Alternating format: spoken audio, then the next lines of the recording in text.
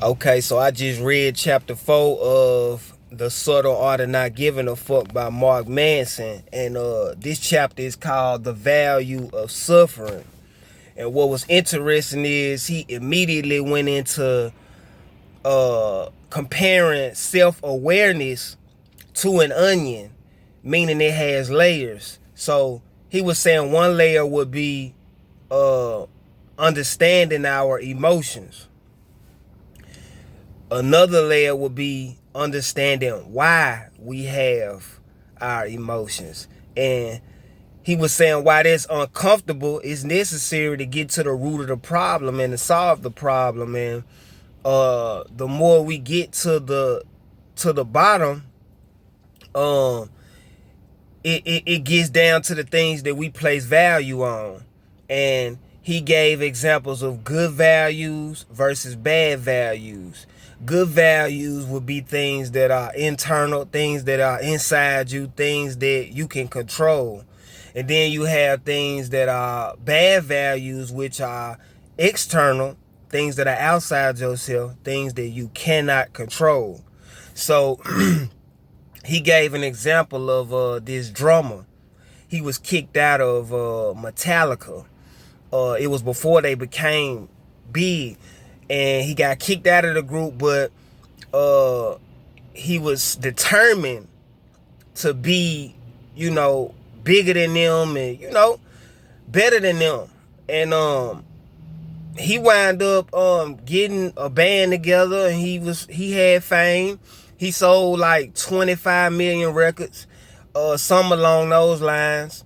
But Metallica wound up being a bigger band, and they wind up selling 150 million records. Now, I'm paraphrasing, but it's so many words. When he was interviewed, he felt like a failure because he placed value on being better than them. So he was like 100 and some million records short of being better than them, although he was successful in comparison to other people. But like I said, he placed value on it. So that was a bad value. That was a bad metric that he used. Then they gave another example of this guy that was kicked out of the Beatles. He was kicked out because I guess the girls liked him or whatever. It was for personal reasons that he got kicked out of the group. But years later, I'm paraphrasing his statements as well, but when he was asked, he felt like that was the best thing that ever happened to him because he still did a little music, but he wound up getting married and having kids. And he was saying, had he not got kicked out of the group, that wouldn't have happened. So he placed his value on that, you know what I mean, on the marriage life, the children. He placed value on that. And so that led to his happiness. And so in a nutshell, anytime you compare your success to somebody else's success, or just comparing yourself to other people, that's something that you cannot control.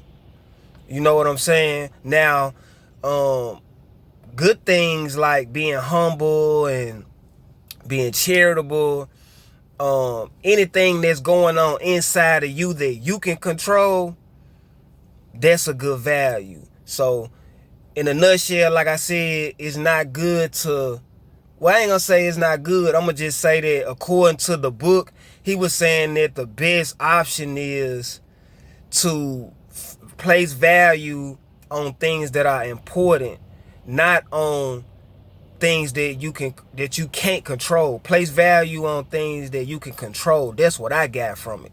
You know what I'm saying? That's the wisdom that I got from it. Because say like how I was giving an example of that roster. Say you place value on, I want to have more followers than such and such, or I want to have more money than such and such. I want to have a bigger house than such and such. By you placing value on it, if it doesn't happen, it's going to make you feel like a failure. But if you just place value on, hey, I want to be better than, say, myself, or I want to place value on things that you can control, then it'll be better for you. So that's what I got from it.